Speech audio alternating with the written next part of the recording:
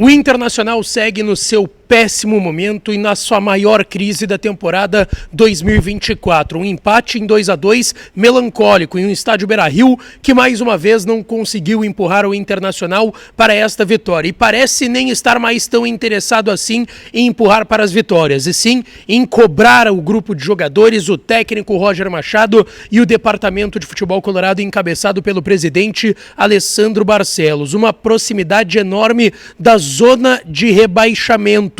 A demissão de Magrão, o que o presidente justificou sobre a saída do gerente do Internacional. Roger Machado também falou sobre situações importantes e Rocher deu a cara a tapa e cobrou o grupo de jogadores. Antes, não te esquece, deixa o teu like no vídeo, te inscreve no canal, ativa o sininho das notificações por aqui, já dá essa força. E é claro que esse vídeo e todos os outros têm o apoio de KTO, KTO.com, a melhor casa de apostas esportivas do país. Usa o código DIAS no primeiro depósito para tu ganhar 20%. E também Societex. Tua empresa tem que pagar impostos e tu tem que chamar a Societex porque possivelmente nos últimos anos tu pagou impostos a maior, valores a mais do que tu deveria ter pago. E a Societex vai calcular tintim por tintim quais impostos são esses e o quanto tu pagou a mais nesses impostos e vai te ajudar principalmente a recuperar boa parte desse valor. Chama a Societex, tá certo? Bom, vamos lá. Aqui no Beira-Rio, o Inter empatou em 2-2 contra o Atlético Paranaense em um jogo muito fraco. O Inter até sai vencendo com uma baita assistência do Gabriel Carvalho, que claramente é uma ilha nesse time desorganizado, descompactado, mal taticamente, tecnicamente e mentalmente. O Gabriel Carvalho, com 16 anos, é uma ilha nesse time do Internacional. Deu um passe açucarado para o Wesley abrir o marcador.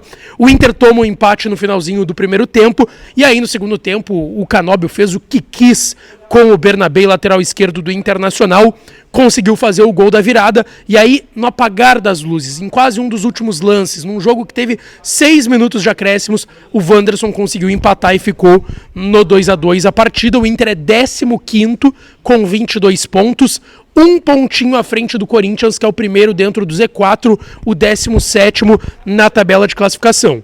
Claro, o Inter tem 5 jogos a menos, que vão começar a ser pagos a partir da próxima quarta, contra o Juventude às 7h30 aqui no estádio Beira-Rio, mas ainda assim o Inter está a 1 ponto da zona de rebaixamento e não tem como excluir isso. Depois da partida, Roger Machado, técnico do Internacional, destacou que ele viu mais uma vez um bom primeiro tempo da sua equipe, como havia acontecido contra o Palmeiras na última semana aqui em Porto Alegre. E o Roger disse que a equipe acabou penalizada por alguns lances e conseguiu, na base da indignação, no final do jogo, conseguir esse empate, e que isso da indignação é um ponto positivo, segundo ele, Roger Machado, mas que ele entende a preocupação do torcedor do Inter. O Roger também destacou que foi difícil trabalhar essa semana, por mais que ele tivesse tido a semana cheia, porque foi uma semana turbulenta, de chegadas e saídas, que começou de um jeito e terminou com outro. E aí ele até citou como exemplo que ele começou com a semana trabalhando com Bustos e Vitão, e ele terminou a semana sem ter o Bustos e Vitão, porque foram negociados o Bustos com o River e o Vitão com o Real Betis da Espanha. E que, por exemplo, talvez não tivesse sido o melhor momento para o Royal estrear. Ele até fez uma partida de altos e baixos, alguns erros técnicos, outros ele conseguiu salvar. E o Roger disse, não era o melhor momento para estrear. Só que ele teve que estrear porque não tinha o Vitão, que está sendo vendido para o futebol espanhol. Já está inclusive viajando, já deve estar essa hora lá em Sevilha e vai ser anunciado pela equipe do Real Betis. O Roger até destacou que teve uma evolução física da equipe nessas 3 semanas, mas que com a instabilidade dos resultados a bola acaba queimando os jogadores do elenco e que a vitória tem que vir. Precisa de uma vitória para pelo menos trazer uma paz, uma tranquilidade maior no ambiente para o grupo e para ele e para a direção como um todo, o clube como um todo trabalhar, e aí sim engatar uma sequência, trazer bons resultados também. Tanto que o Roger não quis nem atribuir a parte de torcida, a parte do estádio Beira-Rio. Hoje tivemos 17 mil torcedores aqui nesse empate em 2-2 com o Atlético Paranaense. O Roger não quis de forma alguma colocar na conta da pressão da torcida ou de vaias esse momento.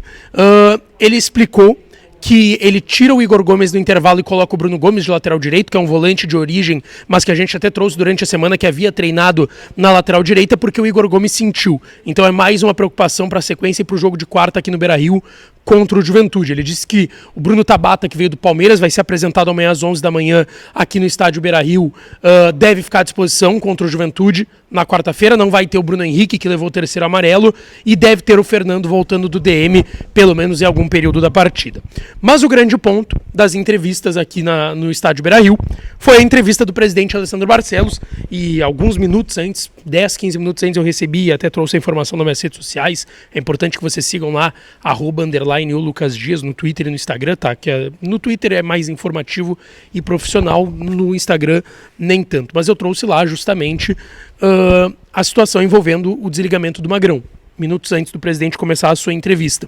E o presidente Alessandro Barcelos abre a sua entrevista coletiva comunicando o desligamento do gerente executivo Magrão, explicando que existe uma necessidade de corrigir erros e fazer mudanças quando os resultados não vêm. E ele deixou claro que o Magrão ainda ficou, porque ele faria essa demissão antes, para fazer uma transição para a chegada do Roger. Ambientar o Roger aqui a sua comissão, dar uma tranquilidade a partir da chegada do Roger aqui em Porto Alegre, no estádio Beira-Rio e nos trabalhos no CT de Alvorada. E ele deixou claro que o Magrão só não foi demitido antes porque ele precisava fazer essa transição na chegada do Roger Machado, mas que aí os resultados seguiram não vindo e não teria mais como segurar o Magrão aqui no trabalho de gerente executivo do Inter. Mas também o presidente citou algo recente, que era um Magrão sem brilho e um Magrão impactado pelo extracampo. E aí envolvendo a matéria jornalística que foi trazida pelo Thiago Suman nas últimas semanas, que coloca um conflito de interesses com algumas provas, enfim, um conflito de interesses do Magrão na subida, por exemplo, do Luca Drummond, na possibilidade do seu filho, que vazou o áudio na sexta, vir jogar no Inter. Era algo que poderia acontecer no meio desse ano, e que essas coisas foram tirando esse brilho do Magrão, tirando a sua atenção do que era realmente importante, que é o trabalho de dia a dia do Inter, e que ele, presidente, estava sentindo isso e teve que fazer essa troca. Inclusive o presidente citou esses episódios que vêm sendo veiculados aí nas últimas semanas, falou do episódio do Luca Drummond, negando o que tem sido veiculado, dizendo que essa subida do Luca Drummond veio pelos processos corretos das categorias de base e que principalmente o Cudê pediu para o Luca Drummond ser integrado ao elenco profissional, e o Roger tem dado prosseguimento ao Luca Drummond no elenco profissional. Ele garantiu que o Magrão não estava mais trabalhando como empresário ou mantendo a sua empresa, tanto que ele disse que tinha uma carta, basicamente, um atestado da CBF que deixava claro que a empresa do Magrão de agenciamento de atletas estava inativa. Sobre a questão do filho do Magrão, o presidente disse que só dependia de critério técnico, mas deixou claro que isso não passou por ele, presidente do Internacional. Ele nega veementemente que tenha aprovado, por exemplo, a contratação do filho do Magrão, que é lateral esquerdo lá nos Estados Unidos, no Seattle Sounders, e viria para a base do Internacional. E aí o presidente também falou sobre o futebol.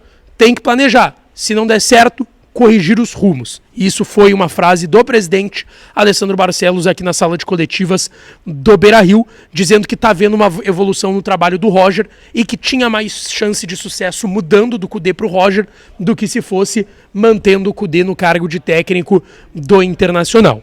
E aí talvez venha o principal momento da coletiva do presidente Barcelos, que é o embate com o Alexandre Ernst, do Voz do Gigante, que fez uma pergunta sobre a meia-culpa que o presidente faria pelo momento da equipe.